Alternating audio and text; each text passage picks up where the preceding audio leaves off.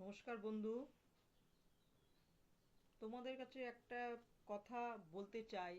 মানে ফেসবুকে তো দেখো যে কিছু কিছু কমেন্ট আমি করি না সবাইরে। কিছু কিছু খারাপ লাগে, যেগুলো আমার খারাপ লাগে, যেগুলো মনে করি এগুলো নেগেটিভ, সেগুলো আমি কমেন্ট করি না, লাইকও করি না। ঠিক আছে বন্ধু? এমনি আমি করি কমেন্ট, লাইক, স্টোরিতে সবটিতে করি। আমি স্টোরিতে 150 করে 300 করি। ফেসবুকেও 150 300 ডেলি করি।